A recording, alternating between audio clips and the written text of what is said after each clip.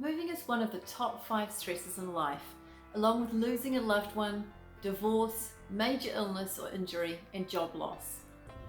I'm Dr. Catherine Macy, practical solutions for everyday issues. Pack to where you're going. It can be tempting to box up each room in your current home as it is, but it's likely your new home will have a different layout, with a different arrangement of rooms. Pack items together that will go into your new rooms and will be much easier to direct movers and to unpack when you settle in. Label, label, label. I can't stress enough the importance of labeling as you pack. Label each box by which room it should go in and what it contains. You don't have to have an item by item list on each box. A category will do, like kitchen utensils, master bedroom, winter clothes, or playroom toys. Nothing is more frustrating than trying to find something in a pile of unmarked boxes.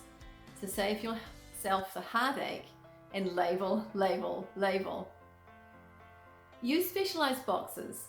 There are several different types of moving boxes, and they've been developed for a reason. Wardrobe boxes are tall and include metal hanging bars so your clothes can stay on hangers. Dish boxes have cell dividers to keep dishes separate and foam pouches to prevent chips and cracks. Banker's boxes have handles and lift-off lids, so they're great for paperwork. Using the right type of box can save you time and prevent damaged items during your move. Make sure you're using the right size box too. If you're packing up something heavy like books, don't fill an oversized box. Heavy items should go in smaller boxes to prevent boxes from ripping open and allow you to pick them up safely. I'm Dr. Catherine Macy, owner of Organise to Excel, practical solutions for everyday issues. Like our Facebook page, follow us on Instagram and visit our website organisetoexcel.com.